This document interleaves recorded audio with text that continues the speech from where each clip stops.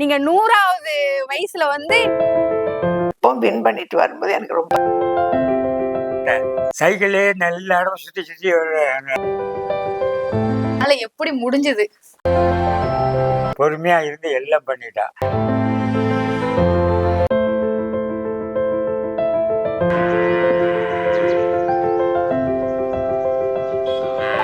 Welcome to YouTuber and subscriber. இன்னைக்கு நம்ம life of where celebrity சேனல்ல தான் வந்திருக்கோம். எதுக்கு வந்திருக்கோம்னா, தூத்துக்குடி மாவட்டத்தை சேர்ந்த புதுக்கோட்டையில பொன்ராஜ நகரை சேர்ந்த தாத்தா 90 வயசுலயே நம்ம தமிழ்நாட்டுக்கு தங்கப்பதக்கம் வென்றிருக்காங்க. அவங்களதான் இன்னைக்கு இன்டர்வியூ எடுக்க வந்திருக்கோம். வாங்க நம்ம வீடியோக்குள்ள போய் பார்க்கலாம்.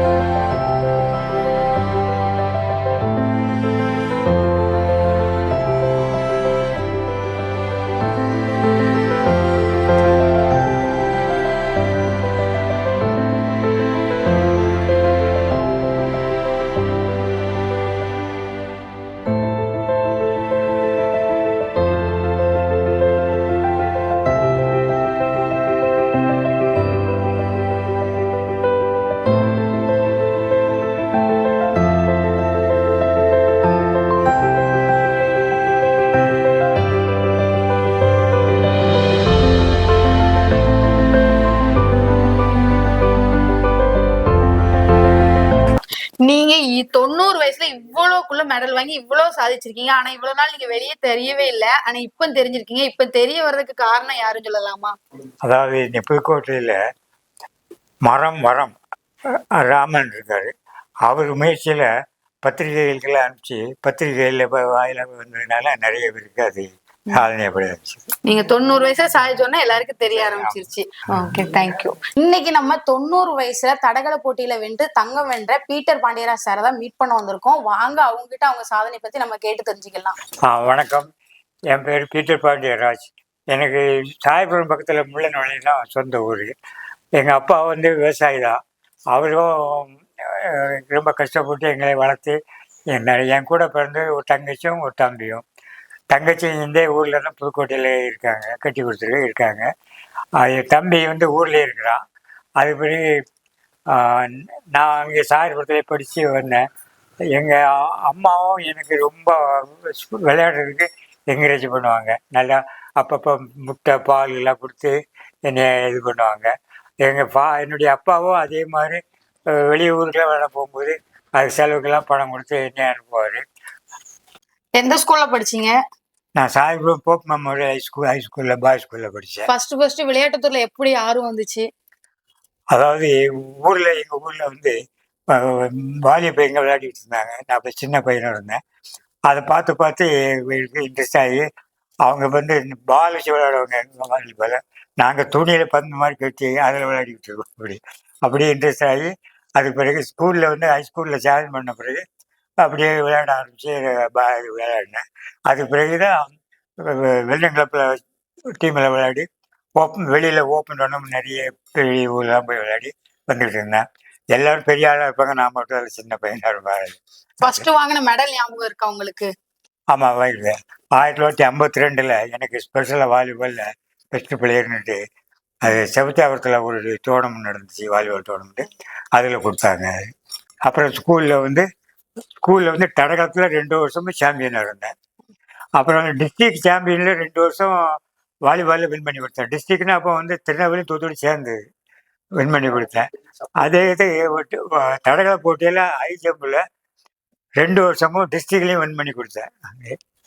உங்களுக்கு பக்கபலமா இருந்தது யாரு முத இந்த ஸ்போர்ட்ஸ்ல பக்கபலமா இருந்தேன்னா அத்லெட், அதாவது தடகள போட்டிக்கு என்னுடைய விளையாட்டு ஆசிரியர் வின்சென்ட் அப்புறம் அவரு பக்கபலமாக இருந்தார்.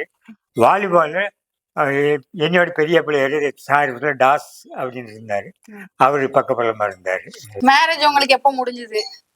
எனக்கு 64 மே 8 லவ் மேரேஜா arrange marriage? Arrange marriage. Arrange marriage தான். உங்க வைஃப் பத்தி கொஞ்சம் சொல்றீங்களா? ஒய்ஃப் எப்படின்னா, ஒய்ஃபோட அண்ணன் வந்து என் கிளாஸ்மேட் ஸ்கூலில் படிக்கும்போது 10th வரைக்கும். அங்கே மேரேஜ் ஆகி 102வது நாள் அவளுக்கு ரயில்வேல வேலை. இப்ப 2 பேருமே ரயில்வே கப்புள். ஆமாம், அதாவது அது பிறகு ப்ரமோஷன் ஆகி ரிட்டையர்ட் ஆகும்போது அசிஸ்டன்ட் மேட்டராக ரிட்டையர்ட் ஆகணும். நீங்க இவ்வளவு ஸ்போர்ட்ஸ்ல இருக்கீங்கல்ல, உங்க ஒய்ஃப் எவ்வளவுக்குள்ள சப்போர்ட் பண்ணாங்க? நிறைய சப்போர்ட் பண்ண. அதாவது நான் வந்து எங்கெங்கே மேட்ச்சு போகிறேன் என்னம்மாங்கிறது அநியமாக அவளுக்கே தெரியாமல் போயிடுச்சு சமயங்களில். ஏன்னா அவர் டியூட்டியில் இருப்பார், நான் நோடி போயிடுவேன், அவரை ஃபோன் பண்ணி பேசுவேன். அதனால அவர் நிறைய சப்போர்ட் பண்ணுவோம். நிறைய அவர் வந்து பொறுமையாக இருந்து எல்லாம் பண்ணிட்டான். பையங்கிற பொண்ணு ஒரு பையனும். பையன் தான் இங்கே இருக்கிறான். பொண்ணு வந்து பிசியோதெரபிஸ்ட் படிச்சிருக்கா, அவள் சென்னையில் இருக்கா. இந்த 90 வயசுலயும் நீங்க ஹை ஜம்ப் தாண்டி இருக்கீங்க, உயரம் தாண்டி இருக்கீங்க, லாங் ஜம்ப் தாண்டி இருக்கீங்க. உங்களால எப்படி முடிஞ்சது? அதாவது நான் சின்ன வயசுல இருந்தே ஓடுவேன். இப்போ school 5th standard 6th standard படிக்கும்போது ஊரில் தகுதி ஓடுவேன், மரங்களில் ஏறி சாப்பிட்றது ஓடுறது இப்படியே இருந்ததுனால எனக்கு வந்து ஹெல்த் நல்லா இருந்துச்சு. அதே மாதிரி எங்கள் அம்மா வந்து எங்களுக்கு சொந்தமாக வீட்டில் பசுமாடு இருக்கும், அப்பப்போ பால் கறந்து எனக்கு கொடுப்பாங்க ஸ்பெஷலாக. அதனால அந்த 10th இருந்ததுனால நான் விளையாடிட்டே இருந்ததுனால எனக்கு வந்து இந்த ஸ்போர்ட்ஸ்லேயே இன்ட்ரெஸ்ட் ஆகி அப்படியே வந்துக்கிட்டே ஆயிடுச்சு. லீவு நாட்களையும் வீட்டில் சும்மா இருக்க முடியாது, ஏதாவது விளையாடிக்கிட்டே தான் இருப்பேன். எனக்கு பக்கத்தில் மரங்கள் இதில் விளையாடிக்கிட்டு இருக்கிறது, அல்லது ஓடுறது, அல்லது ஜம்ப் பண்ணுறது, தாண்டுறது, இதெல்லாம் பண்ணிக்கிட்டே இருப்பேன். அது வந்து யூத் வயசு, அதனால நமக்கு முடியும். ஆனா இந்த வயசுலன்னா எனக்கு அதே இன்ட்ரெஸ்ட்ல அதுலேயே போயிடுச்சு. ஸ்போர்ட்ஸ் அப்படியே போயினால அப்படியே வாலிபால் விளையாடிக்கிட்டே வந்தேன். அப்புறம் வந்து அத்லெட்டும் பண்ணி ஸ்கூலோட அத்லெட்டும் தடை காலத்தை முடிச்சிட்டேன். அதுக்கு பிறகு ரிட்டையர்ட் ஆன பிறகு எனக்கு ஒரு ஆசை, இதுலேயும் வந்து முதல் தடகளத்துலேயுமே பண்ணணும் அப்படின்னு ஒரு ஆசை இருந்துச்சு. அது வந்து சென்னையில் முடியல. அப்படி இங்கே வந்த உடனே கேட்டு அப்புறம் தூத்துக்குடியில் காமிச்சு கொடுத்தாங்க. அங்கே போய் அவங்ககிட்ட சொல்லி அப்புறம் 2008 முத போனாது. அது ஒரு இன்ட்ரெஸ்ட் தான் எனக்கு, அதிலே தான் வேணும், வேற ஒன்றுமே இருக்காது. நைட்டு தூங்கும் போதும் இருக்கணும், அதே ஞாபகம் தான் இருக்காது. நீங்க வாலிபால் கோச்சுன்னு சொன்னாங்க, நீங்க எத்தனை பேரை ட்ரெயின் பண்ணி எத்தனை பேரை? அதாவது வாலிபால் கோச்சு வந்து நான் வந்து ரயில்வேல கடைசியில் 10 வருஷம் வாலிபால் கோச்சு கேர்ள்ஸுக்கு இருந்து அதை முடிச்சுட்டு வந்த உடனே இங்கே அது வந்து அப்புறம் போலீஸ் ஸ்டேஷனில் ஒரு 2 வருஷம் இருந்தோம். அப்புறம் அங்கேயே நிறுத்திட்டாங்க. அங்கே அந்த பிறகு நான் 2004 இங்கே வந்துட்டேன். இங்கே வந்தால் சாயல்புரம் ஏரியாவில் கேர்ள்ஸு வந்து வாலிபால் விளையாண்டதே கிடையாது, வாலிபால் கிடையாது. அப்புறம் வந்து 2005 வந்து அந்த பாய்ஸ் ஸ்கூலில் உள்ள ஹெட் மாஸ்டரும் அசிஸ்டன்ட் மாஸ்டரும் ஒரு நாள் இங்கே வந்து புதுக்கோட்டைக்கு வந்து எங்கள் வீட்டில் வந்து அவங்க வந்து சொன்னாங்க, இந்த மாதிரி கேர்ள்ஸுக்கு விளையாட வைக்கணும் வாங்க அப்படின்னாங்க. சரி, அடுத்த நாள் போய் அந்த அப்போ வந்து 8th 9th 10th 3லேயும் படித்தாங்க கேர்ள்ஸு. அவங்களுக்கு ட்ரைனிங் கொடுத்து அது வந்து டிஸ்ட்ரிக்ட் மேட்ச்சு, அவங்க ஸ்கூல் மேட்ச் எல்லாம் அப்படியே ஆடிக்கிட்டு வந்தேன்.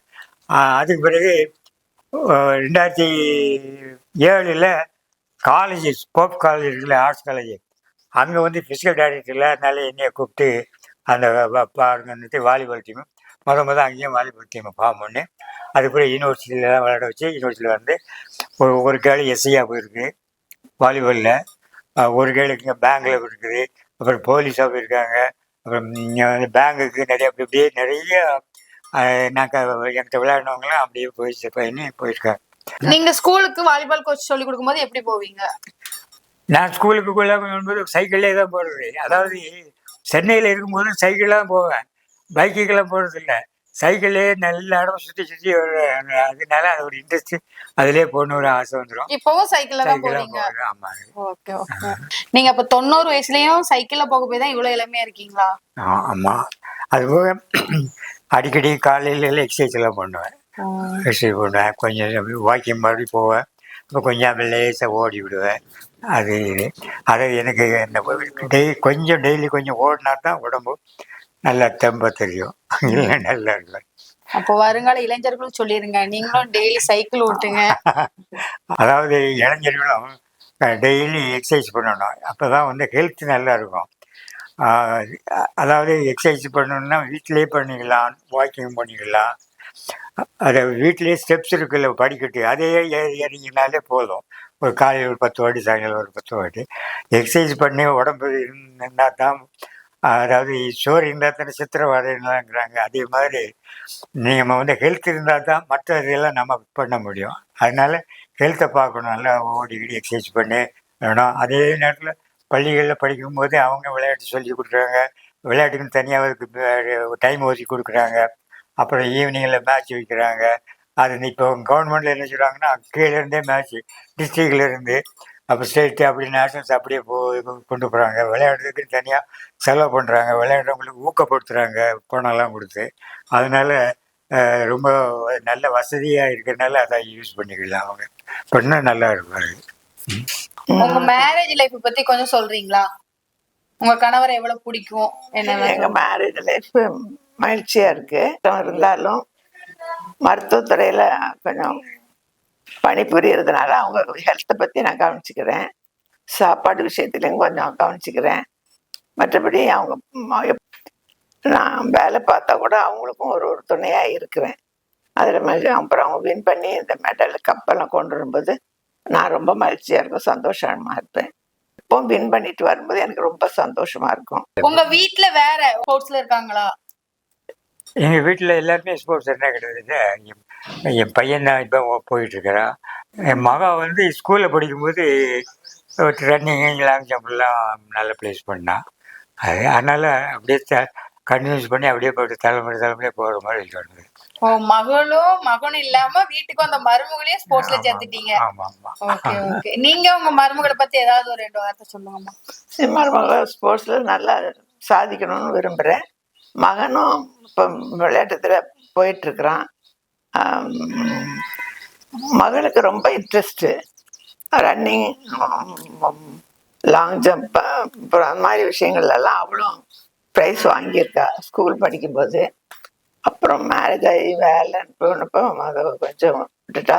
ஆனால் நாங்கள் அவளுக்கு இன்னும் கண்டினியூ பண்ணணும்னு ஆசை இருக்கு. அதை நாங்கள் முயற்சி பண்ணி அவளை முன்னுக்கு கொண்டணும்னு விரும்புகிறோம். மாஸ்டர், இந்த 91 வயசுல நீங்க நிறைய சாதனை படைச்சிட்டீங்க. அதுல உங்களை சிறந்த தருணம் என்னன்னு சொல்றீங்க?